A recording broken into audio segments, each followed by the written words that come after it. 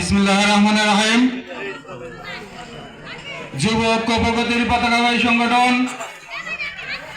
বাংলাদেশ জাতীয়তাবাদী যুবদল ফুলবেড়িয়া ইউনিয়ন শাখা কর্তৃক আয়োজিত আজকের এই তারেক রহমানের রাষ্ট্র কাঠামো মেরামতের ৩১ দফা প্রস্তাবনা নিয়ে গণসাক্ষাৎ ও আলোচনা সভার সম্মানিত সভাপতি উপস্থিত আছেন। আজকের এই অনুষ্ঠানের মধ্যমণি, আজকের এই অনুষ্ঠানের উদ্বোধক সাথী অবরা গণমানুষের নেতা, সাবেক ছাত্র নেতা এবং কেন্দ্রীয় যুব নেতা, আপনার আমার শ্রদ্ধেয় প্রিয় সংগঠক জনাব মাসুদুল হক মাসুদ ভাই উপস্থিত আছেন।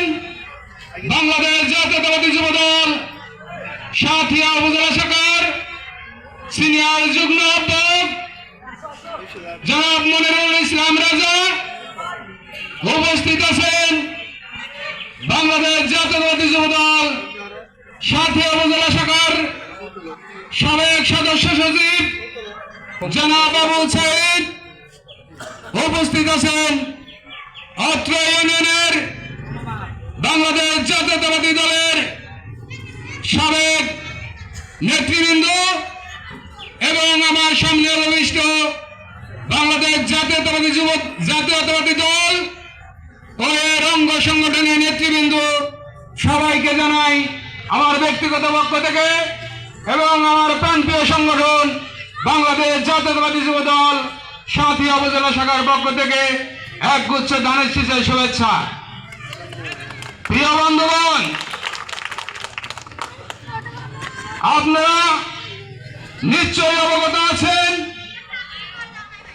ছাত্র জনতার বিপ্লবের মাধ্যমে এই ফ্যাসিস্ট সরকার বিদায় হওয়ার পরে একটি নিরপেক্ষ সরকার যখন রাষ্ট্র ক্ষমতায় অধিষ্ঠিত হয়েছে, তখন তারা প্রথমে অনুধাবন করতে পেরেছে এই রাষ্ট্রটাকে এইভাবে আর পরিচালনা করা সম্ভব নয়। এই রাষ্ট্রটাকে সংস্কার করা ছাড়া এই রাষ্ট্র পরিচালনা করা কখনোই সম্ভব নয়। প্রিয় ভাইরা আমার, কিন্তু আজ থেকে প্রায় 2.5 বছর আগে জনাব তারেক রহমান তিনি যখন একটি প্রস্তাবনা দিয়েছিলেন এই ফ্যাসিস্ট সরকারের বিরুদ্ধে, তিনি বলেছিলেন আমরা যদি গণতান্ত্রিক উপায়ে রাষ্ট্র ক্ষমতায় অধিষ্ঠিত হই, আমরা এই রাষ্ট্রটাকে ঢেলে সাজাবো। এই রাষ্ট্রের যে প্রত্যেকটা কাঠামোকে এই ফ্যাসিস্ট হাসিনারা খুবলে খুবলে খেয়েছে, প্রত্যেক কাঠামোকে ধ্বংসের দ্বারপ্রান্তে দাঁড়িয়েছে, এই রাষ্ট্র কাঠামোগুলোকে মেরামত করতে হবে। প্রিয় ভাইরা আমার, তারই ধারাবাহিকতায় তিনি অনেকগুলো প্রস্তাবনা আমাদের মাঝে জাতির সামনে উপস্থাপন করেছিলেন, যার মাধ্যমে সমগ্র বাংলাদেশকে আবার ঢেলে সাজিয়ে একটি সুখী সমৃদ্ধ বাংলাদেশ গড়া সম্ভব। প্রিয় ভাইরা আমার, এই সরকার তারা একটি সংস্কার কমিশন গঠন করেছে। তারা একটি সংস্কার কমিশন গঠন করার পরে এই সংস্কার কমিশন যখন প্রস্তাবনা দিয়েছে, কাকতালীয় ভাবে তাদের প্রত্যেকটা প্রস্তাবনায় এই 31 দফার সঙ্গে মিলে গিয়েছে। প্রিয় ভাইরা আমার, তাহলে বুঝতে হবে আমাদের আগামী রাষ্ট্রনায়ক জনাব তারেক রহমানের দূরদৃষ্টি সম্পন্ন একজন নেতা। আমাদের রাষ্ট্রনায়ক, আগামী রাষ্ট্রনায়ক এই বাংলাদেশের একজন যোগ্য প্রধানমন্ত্রী হিসেবে আবির্ভূত হবে, এতে কোনো সন্দেহ নাই। প্রিয় ভাইরা আমার, তাই ধারাবাহিকতায় আমি শুধু 2-1টি কথা বলবো। এই রাষ্ট্রটা আমি তো জানি না যে আপনি আসবেন। সাধারণত 3টি বিভাগের উপর ভিত্তি করে প্রতিষ্ঠিত হয়। পরবর্তীতে আরো অনেকগুলো শাখা উপশাখা আছে। এই 3টি বিভাগের মধ্যে প্রথমত আইন বিভাগ, যে বিভাগটাকে বলে সংসদ সদস্যরা যারা থাকে, যেখানে আইন প্রণয়ন করে সেই বিভাগকে। আপনারা ভেবে দেখুন, এই আইন বিভাগটাকে কি সুস্থ রেখেছে এই ফ্যাসিস্ট সরকার?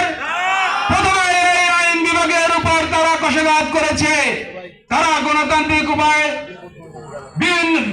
একেবারে নস্যাৎ করে দিয়ে দিনের ভোট রাতে করেছে।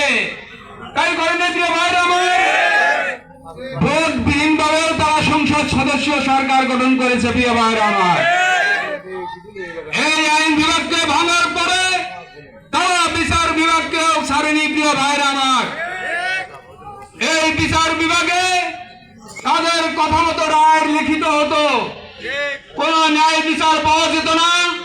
কেউ কখনোই কোনদিনও এই দেশে ন্যায় বিচার পায়নি। প্রিয় ভাইরা আমার, আর প্রশাসনিক বিভাগের কথা তো আপনারা সবাই অবগত, কারণ আমরা সবাই প্রত্যেকটা প্রশাসনিক কাজে আমরা যাই, আমাদের ব্যক্তিগত কাজে আমরা যাই।